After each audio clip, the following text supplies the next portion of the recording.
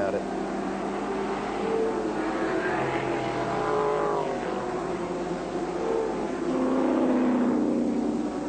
Jans with a little bit of a black smear in front of the car from his contact with Stephen Harrington.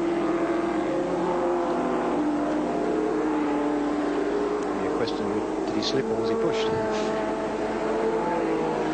Peter Jansen looks like getting his act together pretty well for the Touring Car Championship this year. You'll remember that last year, initially, he tried to run an A9X Tirana with the drum rear brakes and the different heads and so forth, and it just was not successful. And because of the fact that the new Commodores were largely untried, Peter opted out for the majority of the series, but this year he's back with vengeance. And he's got a busy year ahead of him because he's going to be racing sand racing enduros for Bill Stein shock absorbers for 4 major enduro races for dune buggies this year. And I think he's also considering making this his last year of touring car racing.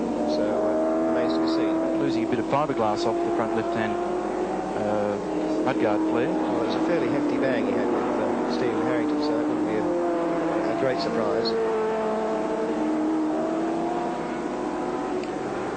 8-round series for the touring cars for 1981. Next round takes them to Oran Park. Gary Wilmington's car is that parked there. How long has that been going on? Yep, that's Gary Wilmington's car. Boy. Out of the race, car number 6 laps 8 to go. Lost a wheel, in fact, we hear now. Peter Williamson wildly waves Brock by as he comes by to lap the Toyota Celica and Joseph Beninka's Alpha GTV. Making his way through more back markers up the back straight. Williamson well out of the way there. Superb driver lapping Johnson. Now there you are. That's a measure of this man, and a measure of the bad luck that can hit a driver having come all the way from Queensland. All the work and preparation's gone into it, and we'll be very interested to discover later perhaps what in fact has gone wrong with the Queenslanders' car. 5 laps to go. 25-lap journey around the 1-mile Calder circuit. Peter Brock on his winning way, as he's done so many times before.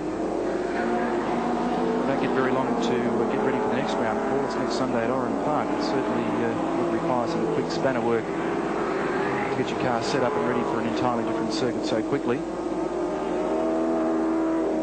The logistics of racing in Australia is one of the big problems for all these drivers who are travelling all the states all year round, and it's a sheer nightmare of organisation and, in fact, finance too, to get a team, transporters, spares, engines, cars, all over this huge country. Well, of course, the big one is across to Western Australia, to Wanneroo Park. It'll be April the 26th, and that is a very long haul for them.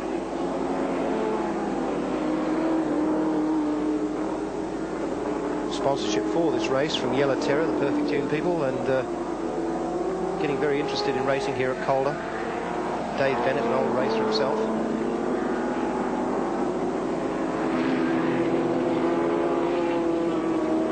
Peter Brock, in fact, does quite a lot of work with Dave Bennett at the Perfect Tune operation.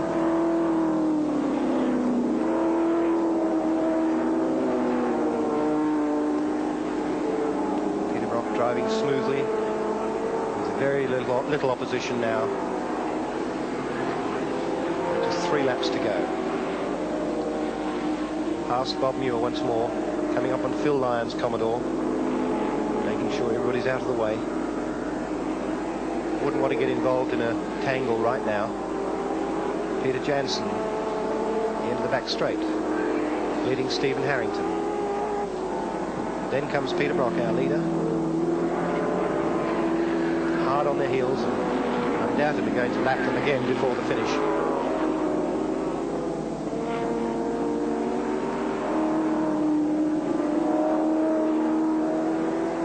Be nice to be able to drive like that, wouldn't it, Neil? Well, I was just watching that time as he came through flow weave, the car being set up perfectly, not getting out of shape, no drama, and that's the style that's taken Peter Brock to the #1 position.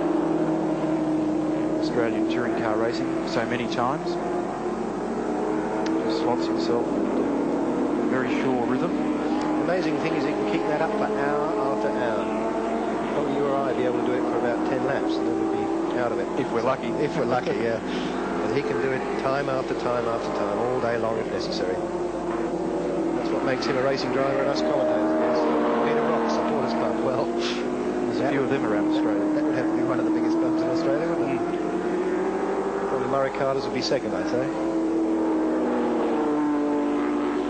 Blue flag to Stephen Harrington as Peter Brock comes up to lap him. Has a fairly casual look at the pit board, and he'd be very pleased to see the gap between himself and Murray Carter.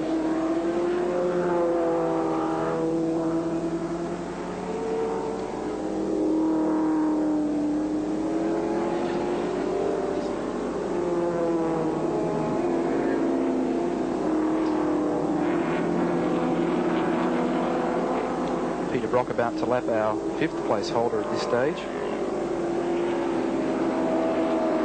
Quite a good recovery by Stephen Harrington after that spin off to be up to 5th. And, there they go, past the checkered flag for a win in the second heat of the second round of the Australian Touring Car Championship to Peter Brock, from Murray Carter in second place, Alan Brown in third, and Dick Johnson, we would believe, in 4th place. There's Murray Carter. Very well driven second. In fact, it was Peter Jansen in 4th place in car 9. Then Steve Harrington in car number 10 in 5th. And according to the lap sheets here, I think that Johnson slipped right back down to 9th place. So that's a bit of a turn up for the books. And now the interesting thing is what sort of race time we have for this second heat.